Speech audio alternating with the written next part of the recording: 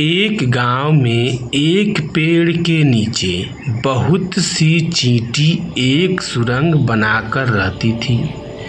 उनकी रानी चींटी बहुत शान से रहती थी।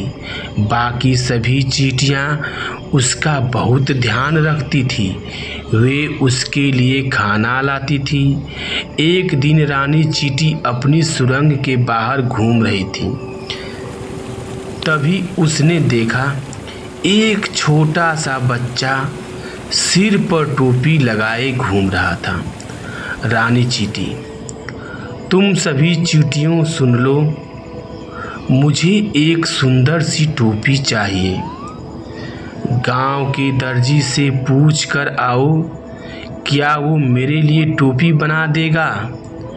कुछ चींटियां दर्जी से पूछने जाती हैं।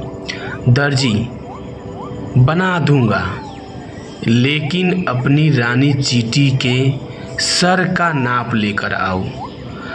चींटियां वापस आकर रानी चींटी को सारी बात बताती हैं। रानी चींटी, उससे कहो वह कल मेरा नाप लेने आए। दर्जी मना कर देता है, क्योंकि उसके पास इतना छोटा फीता नहीं था। रानी चींटी यह सुनकर उदास हो जाती है। उसे देखकर बाकी सारी चींटियां भी परेशान हो जाती हैं। फिर वे एक ऐसे दर्जी की तलाश में जाती हैं जो रानी चींटी के लिए हिट बना सके, लेकिन उन्हें कोई नहीं मिलता। इधर रानी चींटी को कुछ भी अच्छा नहीं लग रहा था। वह खाना भी कम खा रही थी। वह दिन भर अपनी सुरंग में आईने के सामने बैठी रहती थी। रानी चींटी, काश कोई मेरे लिए सुंदर सी टोपी बना देता। वहीं पास में दूसरे बिल में एक चूहा रहता था। वह रानी चींटी की बात सुन लेता है। चूहा उसके पास जाता है। चूहा, बहन चिंता मत करो, मेरी पत्नी तुम्हारे लिए टोपी बना देगी। यह सुनकर रानी चींटी बहुत खुश हो जाती है। इधर चूहा अपनी चूहिया से इस बारे में बात करता है।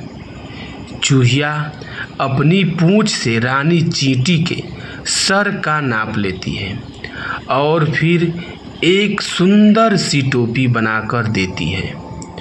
रानी चींटी उस टोपी को देखकर बहुत खुश होती हैं। उसे देखकर सभी चींटियां खुश हो जाती हैं। रानी चींटी, आप दोनों ने मेरी इच्छा पूरी की है। अगर मैं आपके कोई काम आ सकूं, तो मेरी सारी चींटियां आपकी सेवा में हाजिर हैं। चूहा, नहीं बहन, हमने ये सब अपनी मर्जी से किया है। रानी चींटी, वैसे आपको कभी भी हमारी ज़रूरत हो तो हम आपके लिए अपनी जान भी दे देंगी। कुछ दिन बाद गांव में बहुत तेज बारिश होती है। चूहा, चूहिया और सारी चींटियां पेड़ के ऊपर चढ़ जाती हैं। तभी एक हाथी बारिश में नहाता हुआ वहां से गुजर रहा था। चूहा उसे देखकर हंसने लगा। हाथी को लगा ये मेरी मजाक उड़ा रहा है। उसने पेड़ में जोरदार टक्कर मारी, जिससे चूहा और चूहिया नीचे गिर गए। दूर से चींटियां ये सब देख रही थी। हाथी जैसे ही अपने पैरों के नीचे उन्हें कुचलने के लिए आगे बढ़ा, कुछ चींटियां हाथी की सूंड में घुस गई और इधर उधर काटने लगी। हाथी सब भूलकर सूंड को इधर उधर हिलाने लगा। इसी बीच मौका पाकर चूहा और चूहिया वहां से भाग जाते हैं और छिपकर उसी पेड़ पर बैठ जाते हैं। हाथी की सूंड में चींटियां निकलकर जल्दी से पेड़ पर चढ़ जाती हैं। हाथी जब देखता है चूहा चूहिया भाग गए तो वह इधर उधर ढूंढने लगता है और कुछ देर बाद वह वापस जंगल में चला जाता है। चूहा, आपका बहुत धन्यवाद।